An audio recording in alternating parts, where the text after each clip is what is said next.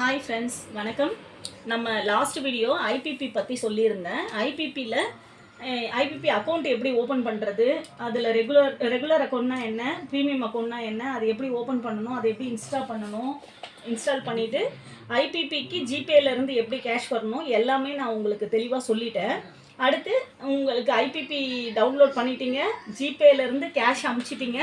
அடுத்து என்னன்றதை நான் இப்போ அப்படியே காட்டுறேன், கவனிச்சு பாருங்கள் உங்களுக்கு எப்படி ஐடியா கிடைக்குதுன்னு.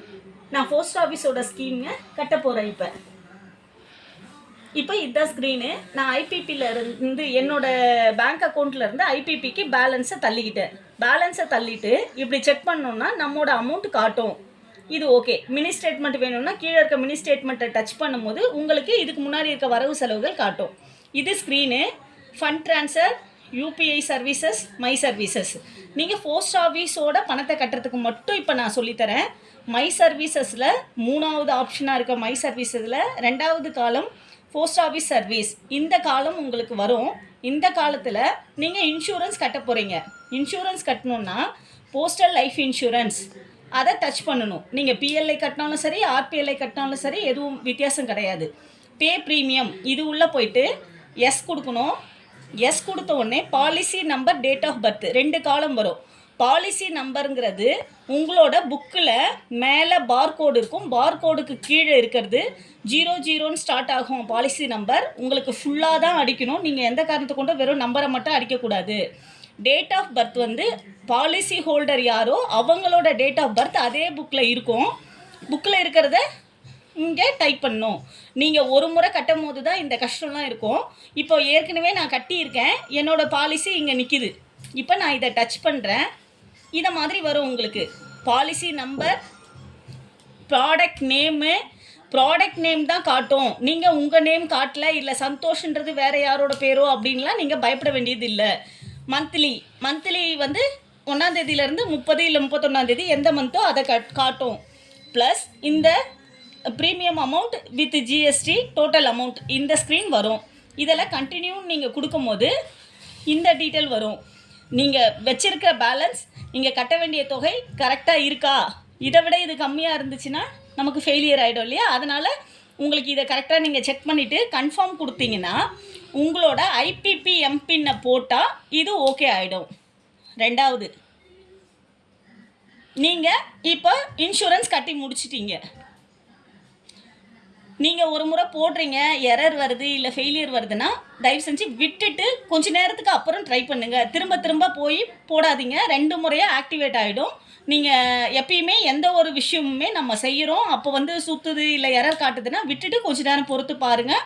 திரும்ப இதில் பேலன்ஸ் செக் பண்ணிவிட்டு திரும்ப போகாமல் இருந்தால் மறுபடியும் போய் பண்ணுங்கள். இதில் போஸ்ட் ஆஃபீஸ் சர்வீஸ் உள்ளே போகிறோம். இப்போ இன்சூரன்ஸ் கட்டிட்டேன், என்னோடய இன்சூரன்ஸை நான் கட்டிட்டேன். ஆர்டி கட்ட போகிறேன். ஆர்டிக்கு என்ன பண்ணணும்னா இந்த ஸ்க்ரீனை தொடணும். ஆர்டி அக்கௌண்ட் நம்பர், உங்கள் ஆர்டி புக்கில் இருக்கிற அக்கௌண்ட் நம்பர். இது நான் ஐபிபி ஓப்பன் பண்ணியிருக்கேன், என்னோட ஆர்டி மட்டும்தான் கட்ட முடியுமா அப்படின்னு கேட்டால் இல்லை. உங்கள் வீட்டில் இருக்க எல்லாரோட இன்சூரன்ஸை கட்டலாம், எல்லாரோட ஆர்டியை கட்டலாம், யார்தை வேணால் கட்டலாம்.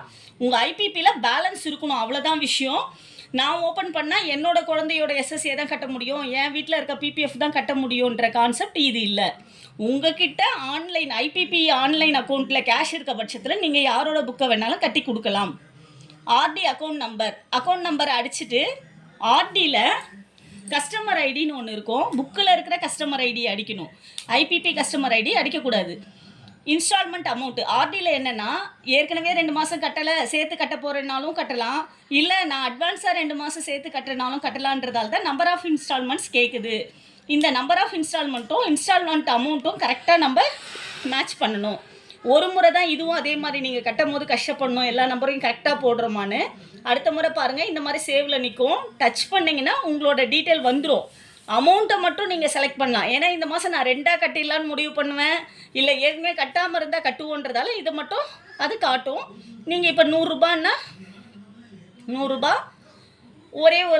ஒரு இன்ஸ்டால்மெண்ட்னா ஒரு இன்ஸ்டால்மெண்ட்டுன்னு கொடுத்து கண்டினியூ கொடுத்தீங்கன்னா உங்களுக்கு இது ஓகே ஆகிடும். இந்த ஆர்டியோட அமௌண்ட்டு வேறங்கிறதால உங்களுக்கு அது அக்செப்ட் பண்ண மாட்டேங்குது. உங்களுக்கு இதை நீங்கள் கரெக்டாக அடிக்கும் போது ஓகே ஆகும். இதில் என்னென்னா, நீங்கள் அந்த ஆர்டி அமௌண்ட்டு அந்த இன்ஸ்டால்மெண்ட் போட்டுட்டு கண்டினியூ கொடுத்த உடனே ஓகே ஆகும்போது ஓடிபி வரும். உங்களுக்கு வந்து இதுக்கு எம்பின் போட்டு ஓகே பண்ணணும்னு சொன்னேன் இல்லைங்களா. ஆனால் ஆர்டி பிபிஎஃப் பிஎல்ஐலாம் கட்டும் போது உங்களுக்கு ஓடிபி வரும். ஓடிபி மேலே வர ஓடிபியை செட் பண்ணி கட்டணும். பிபிஎஃப்பை பொறுத்த வரைக்கும் பிபிஎஃபோட அக்கௌண்ட் நம்பர், புக்கில் இருக்கிற அக்கௌண்ட் நம்பர். பிபிஎஃப் வந்து உங்கள் குழந்தைக்கு தொடங்கியிருக்கீங்கன்னா நீங்கள் கார்டியனாக இருப்பீங்க. புக்கில் வந்து 2 கஸ்டமர் ஐடி காட்டும், குழந்தையோட கஸ்டமர் ஐடியை அடிக்கணும். இதுதான் வித்தியாசம். இந்த குழந்தையோட கஸ்டமர் ஐடியை அடிக்கும் போது ஏற்கனவே இருக்கிறத காட்டுறேன். இங்கே நேம் வந்து உங்களுக்கு டிஸ்பிளேல காட்டும். இந்த நேம் கரெக்டானு செக் பண்ணிட்டு தான் நீங்கள் டெபாசிட் அமௌண்ட் இங்கே கொடுக்கணும். இதில் கரண்ட் இயர் பேலன்ஸ் தான் காட்டும்.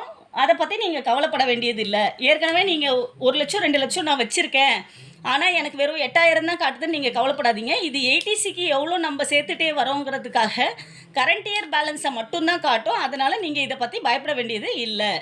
டெபாசிட் அமௌண்ட் கொடுத்துட்டு ஓகே கொடுக்குறீங்கன்னா, இப்போ டெபாசிட் அமௌண்ட் 100 ரூபாய் நான் கட்டலான்னு முடிவு பண்ணியிருக்கேன். ஓகே கொடுக்குறேன்னா இந்த மாதிரி ஒரு ஸ்க்ரீன் வரும். கன்ஃபார்ம் கொடுத்து ஓடிபி போட்டு நீங்கள் இந்த பிபிஎஃப் புக்கை கட்டிடலாம். எஸ்எஸ்ஏ கட்ட போகிறீங்கன்னா அதே சேம் ப்ராசஸ் தான். எஸ்எஸ்ஏ அக்கௌண்ட் நம்பர், பாப்பாவோட கஸ்டமர் ஐடி, இதை கொடுத்துட்டு இங்கேயும் அதே மாதிரி பாப்பா பேர் காட்டுதா, ஆக்டிவ் காட்டுதா, இப்போ என்ன அமௌண்ட்டு போட போகிறீங்க, இந்த வருஷம் நீங்கள் கட்டின அமௌண்ட்டு கரெக்டாக இருக்கான்னு வேணால் நீங்கள் செக் பண்ணிக்கலாம். ஏப்ரலுக்கு அப்புறம் இருக்கிற அமௌண்ட்டு கரெக்டானு செக் பண்ணிவிட்டு அமௌண்ட்டு போட்டு பே கொடுத்து கன்ஃபார்ம் கொடுத்து ஓடிபி செட் பண்ணிங்கன்னா உங்கள் எஸ்எஸ்ஏ கட்டிடலாம். இது எல்லாமே நான் முடிச்சிட்டேன் மேடம். என்னோட 3 புக்கு 4 புக்கையும் கட்டிட்டேன். ஒரு இன்சூரன்ஸு, ஒரு ஆர்டி, ஒரு பிபிஎஃப், ஒரு எஸ்எஸ்ஏ கட்டிட்டேன். நான் எஸ்பி எப்படி என் புக்கில் இருந்து என்னோடய சேவிங்ஸ் புக்குக்கு இதுக்கு மட்டும்தான் ஐபிபி அக்கௌண்ட் ஹோல்டர் அவங்களோட ஓன் எஸ்பி அக்கௌண்ட்டுக்கு மட்டும்தான் கேஷ் தள்ள முடியும். பிஓஎஸ்பி புக்குக்கு தள்ள முடியும். இது ஒரு கான்செப்ட் மட்டும்தான். இதுக்கு வந்து உங்களோட புக்கு இருந்ததுன்னா மட்டும் நீங்கள் கட்டலாம். ஸ்வீப் இன் ஸ்வீப் அவுட்டு. ஸ்வீப் அவுட்டுங்கிறது வந்து உங்களோட ஐபிபி அக்கௌண்ட்டில் இருந்து உங்களை பிஓஎஸ்பி புக்குக்கு நான் ஒரு 5000 ரூபா இந்த மாதம் தள்ளி வைக்க போகிறேன்.